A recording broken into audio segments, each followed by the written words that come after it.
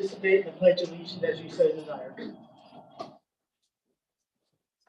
I pledge allegiance to the flag of the United States of America and to the republic for which it stands, one nation, under God, indivisible, with liberty and justice for all. Thank you. We start this meeting at 5:30 p.m. Are there any modifications to the agenda, ma'am? No. Okay, anybody who wishes to speak tonight, you need to fill out a request there so that we have that information for if anybody wants to comment. And with that, I call the SEA 390 TA meeting of the Broward County School Corporation of Trustees to order. Yeah, we have a tentative agreement reached for the 2022-2023 school year. That tentative agreement was posted on the school website on November 10th of 2022. And this evening, I would like to present the tentative agreement to you this evening. So beginning with base salary, the salary scale will be increased across the board by $750. All new hires and eligible returning teachers will receive the benefit across the board increase to the scale. In addition, a step will be added to the top of the bachelor's and master's salary lanes, and each returning eligible teacher will be able to take a step on the scale. Teachers who have newly attained a master's degree and are eligible to make a lane change will be able to make that lane change from the bachelor's to the master's lane.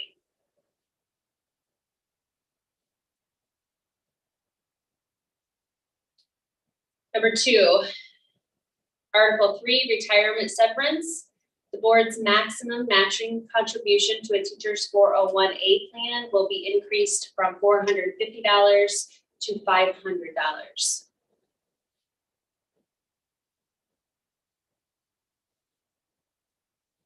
Number 3 is Article 6, leave of absence. The sick leave bank. The first paragraph will be amended as follows. The corporation shall, within 10 days after the beginning of the school year of initial participation, upon receipt of a properly completed and signed sick leave bank authorization form, deduct 1 day's sick leave from the authorizing employee's earned sick leave allotment.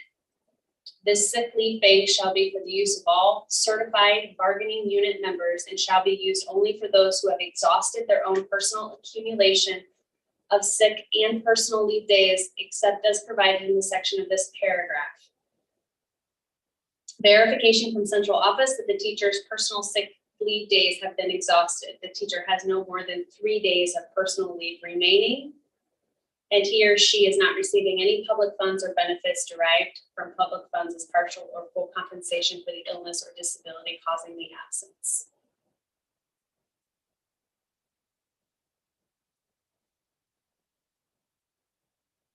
Four, we have parental leave. A teacher who's adding a child to their family due to one of the following reasons may use up to 15 days with pay for this purpose within the first year of the child's birth or placement of the child with the teacher.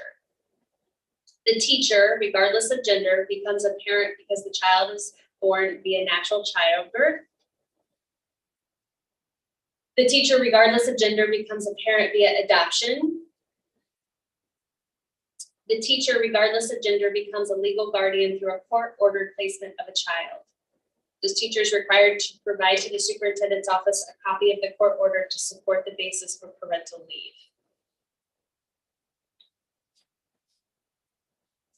The teacher, regardless of gender, becomes a foster care parent through a long-term foster care placement. Such foster placement may entitle a teacher to no more than 1 parental leave per school year, and such leave must terminate if the placement ends during the leave. The teacher will provide documentation to the superintendent's office confirming foster care placement. This leave shall be in addition to any leave to which the parent may be entitled through maternity leave or Family and Medical Leave Act leave.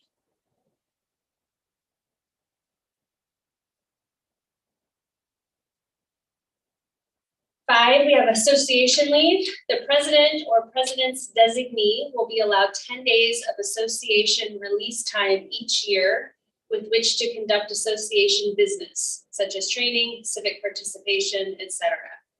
These 10 days may be taken in whole or half-day increments.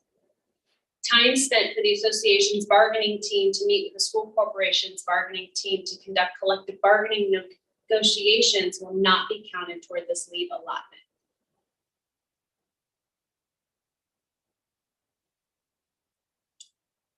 And then we made the following amendments to Appendix E1, which is the extra duty schedule. We have deleted instructional team leaders. We have added the master teachers and the mentor teachers and those stipends. And then we have added that the stipends for these master teachers and mentor teachers will be editorially removed from the contract on June 30th, 2023.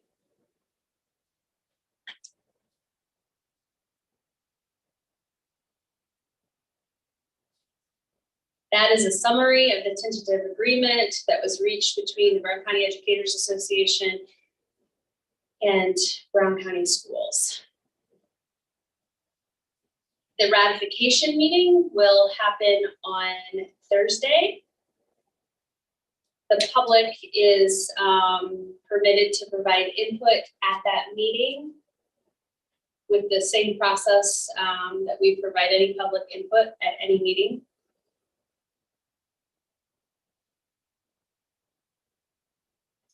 And then I have some words that I would like to add that are just from me, not in the tentative agreement.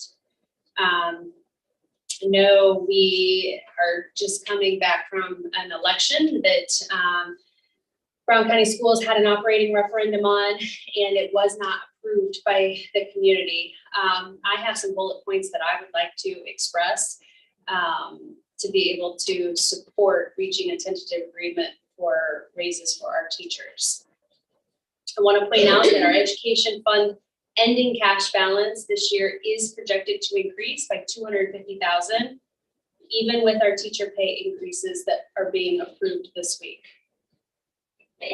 I also need to say that at the same time, administrative and non-certified employee pay increases will be put on hold.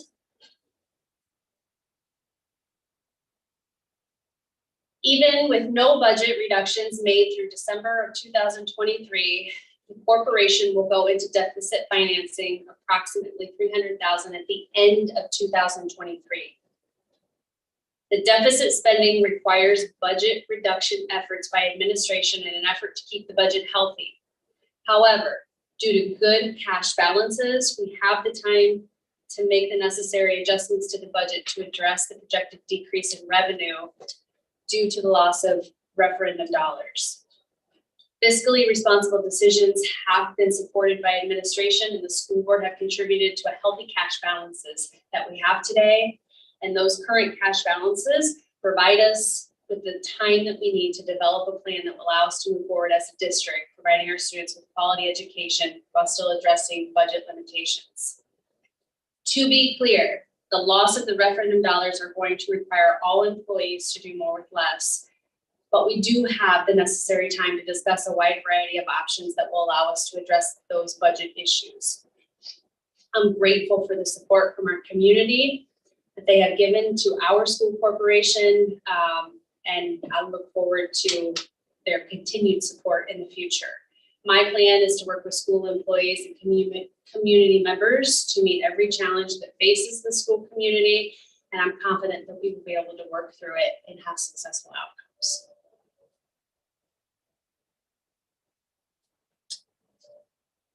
That is all I have.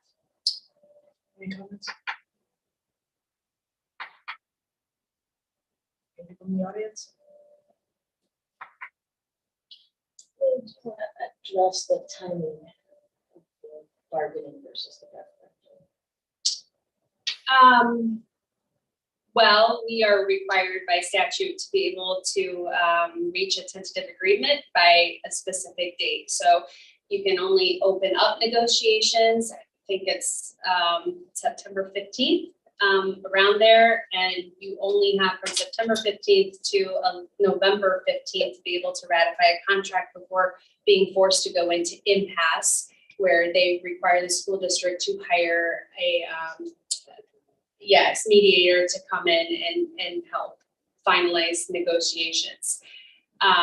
We obviously had done all of those steps leading up and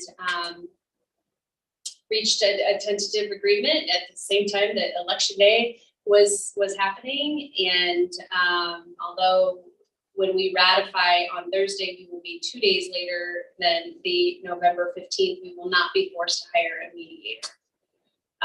Unfortunately, you can't come to agreements and bargaining that is contingent upon an election vote. So I don't know if that helps. I just wanted to Clarify that the agreement was reached before election day and uses existing referendum Yes. dollars.